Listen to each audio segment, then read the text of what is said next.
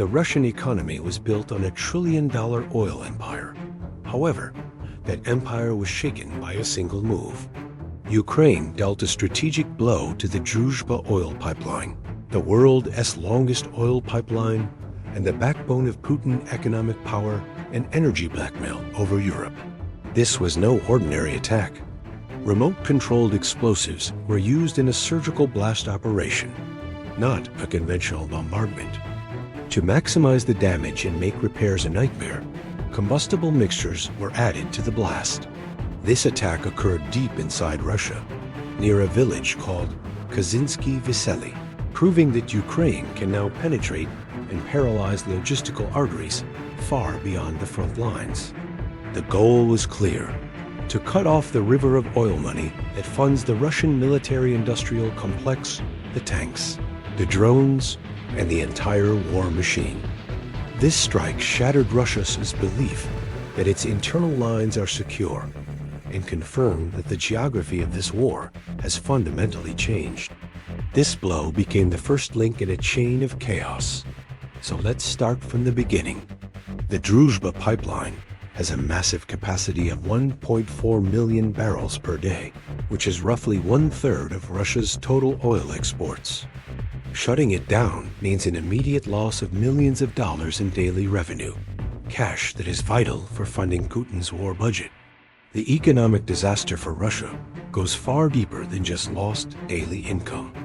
The inability to sell this vast amount of oil will force Russia to shut down its wells. Many of these wells are located in the frozen ground of Siberia. Once they are capped in those freezing conditions, reopening them can take months or even years and cost billions of dollars. This isn't a temporary problem. It's a permanent crippling of the Russian oil industry's capacity. This attack also pours fuel on a fire already burning within Russia itself.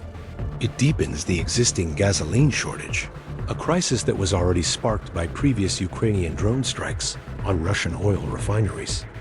This scarcity is causing social decay.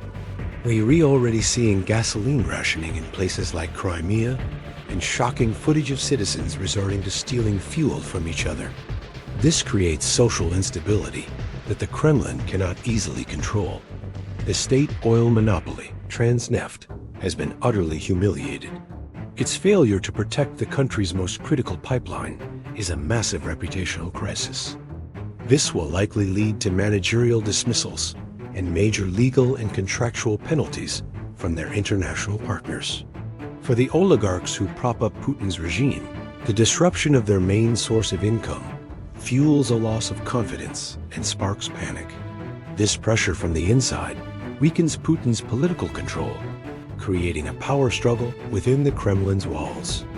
For years, Putin used the Druzhba Pipeline as his primary tool of leverage over Europe. It delivered a steady flow of oil to Central European countries like Hungary, the Czech Republic, and Slovakia.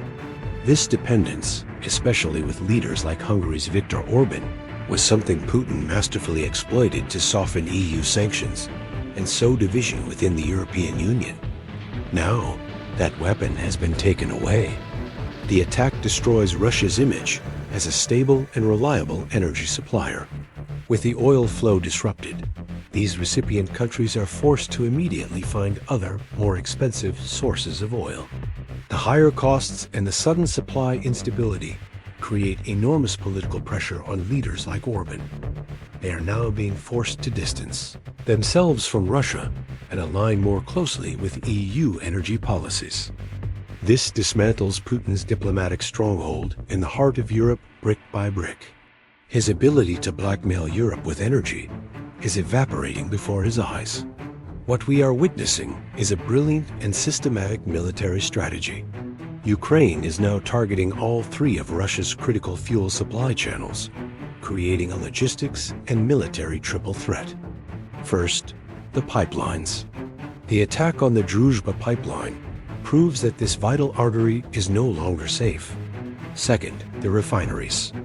A relentless campaign of drone attacks has already crippled a significant portion of Russia's refining capacity, creating the domestic fuel shortages we see today. Third, the railways. With the pipelines and refineries under attack, Russia's plan B was to transport fuel by train. But Ukraine is now conducting targeted sabotage operations against fuel tankers on the railways, compromising their last resort. This triple failure has a devastating impact on the Russian military. It cripples their ability to deliver fuel to the tanks, trucks, and aircraft on the front lines. A war machine cannot run without fuel. By choking off the supply at every point, Ukraine is demonstrating that Putin has lost control of his own military logistics. His tanks are at risk of stalling in the mud, not because of enemy fire, but because their fuel tanks are empty. With Europe's door slammed shut, Russia is forced into an Asian financial trap. The 70 million tons of oil that were meant for Europe must now be sold to Asia, primarily China and India. Russia is desperate, and these buyers know it. They are flooding the market with cheap Russian oil, which allows China and India to dictate the price and the terms. This leads to the China trap. China is demanding massive discounts of 20 to 30% on Russian oil. To make matters worse, they are paying for it in their own currency, the yuan. Russia can only use this yuan to buy Chinese goods.